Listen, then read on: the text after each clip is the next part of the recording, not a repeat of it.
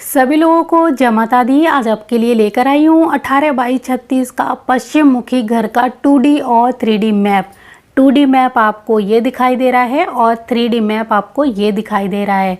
हमारा ये घर बनने के बाद कैसा लगता है वो मैं आपको यहाँ पर इस 3D मैप के जरिए दिखाने की कोशिश कर रही हूँ। एक एक चीज़ आपको समझाऊंगी। वास्तु के अनुसार केवल एक मैपिंग करना ही वास्तु नहीं होता है, घर के अंदर की चीज़ों का रख रखाव करना भी वास्तु के अंदर ही आता है। तो सिर्फ आप इस तरह का एक कोई मैप बनवा लेंगे और बस बोलेंगे कि हमारा वास्तु के अनुसार घर है, फिर भी बहुत सारी दिक्कत आ रही हैं, तो ऐसा नहीं है। हमें घर सिर्फ इस तरह बना लेने से पूरा रिजल्ट नहीं मिलता है। हमें घर के अंदर चीज़ें कौन सी कहाँ रखनी चाहिए, हमारे घर का कलर क्या होना चाहिए, घर में जो चीज़ें हम रख रहे हैं वो किस तरफ रख रहे हैं, यानी घर के अंदर जो चीज़ों का रख रखाव होता है वो भी वास्तु के अंतर्गत आता है।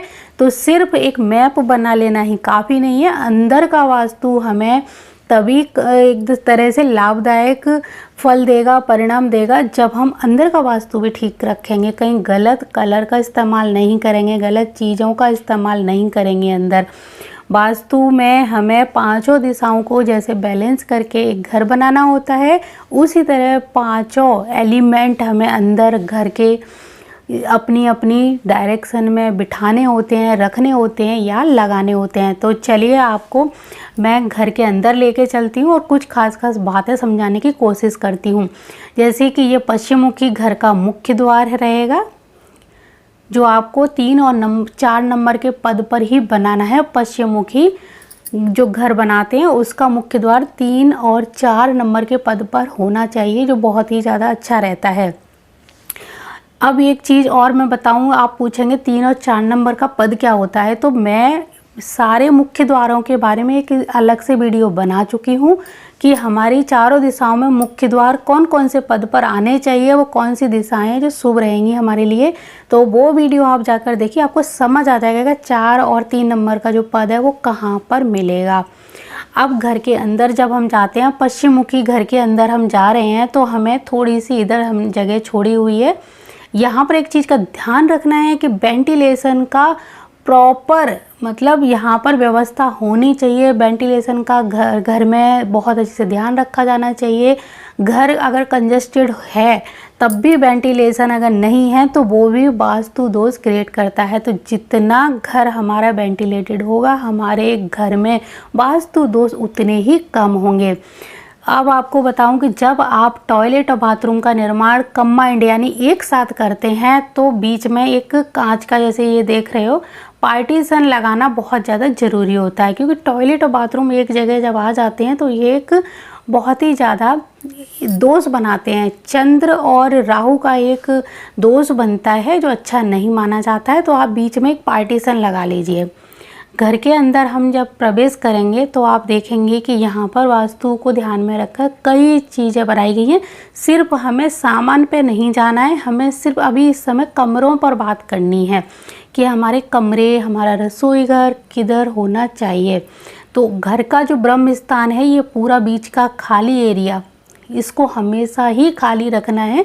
कभी भी यहाँ पर कारपेट बिछाकर या सोफ़ा डालकर घेरना या वजनदार करना नहीं है।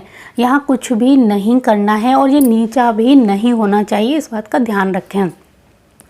हमारा जो टॉयलेट बाथरूम बना है वो बना है WNW के पद पे, और टॉयलेट बाथरूम के पीछे हमने एक छोटी सी गैलरी छोड़ी हुई है, जिसकी अंदर जाने के लिए ये सीढ़ियाँ हैं, उसके नीचे से रास्ता दिया है, जिससे कि टॉयलेट बाथरूम की जो वायु है, यानी दूषित वायु, गंदी हवा कह सकते हैं, वो वहाँ से निकलती रहे। तो वहाँ थोड़ा सा स्पेस हमने खाली छोड़ा है, इस बात का हमेशा ध्यान रखें। टॉयलेट बाथरूम हमेशा खाली होने चाहिए। और ये है हमारा पूजा रूम, ये हमारा बना है पूर्व दिशा में।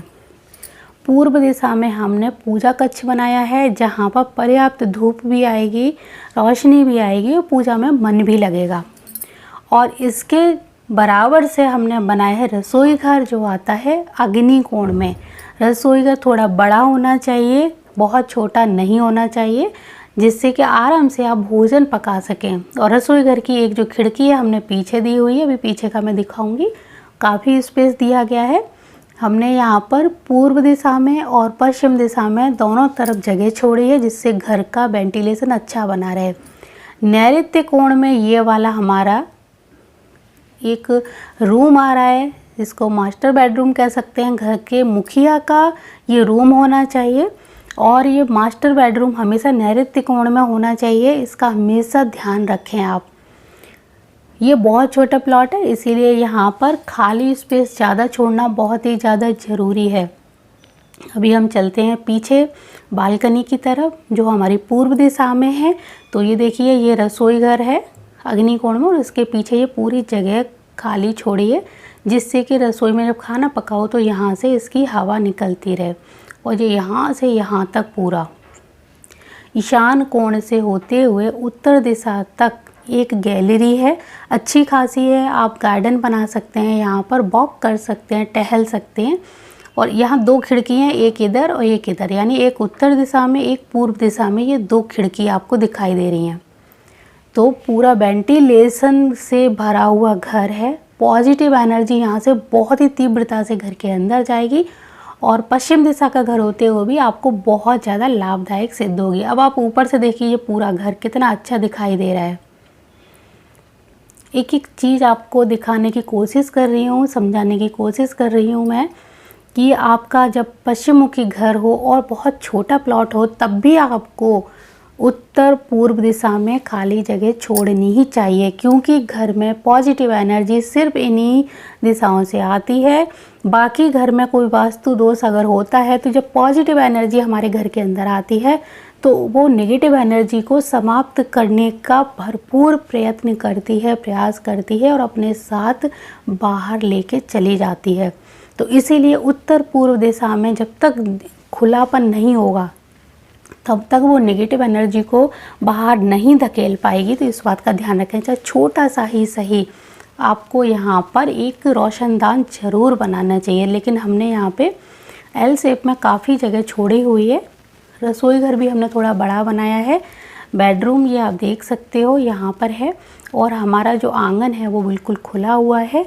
अब ये 1 रूम सेट कह सकते हैं, क्योंकि यहाँ पर क्या है कि ये प्लॉट छोटा है और फिर भी हमें पीछे जगह छोड़नी है। अगर आपको और कमरे चाहिए तो छत के ऊपर आप एक्स्ट्रा 2 कमरे बना लीजिए, तब आपको इस छोटे से प्लॉट में कोई दिक्कत नहीं होगी।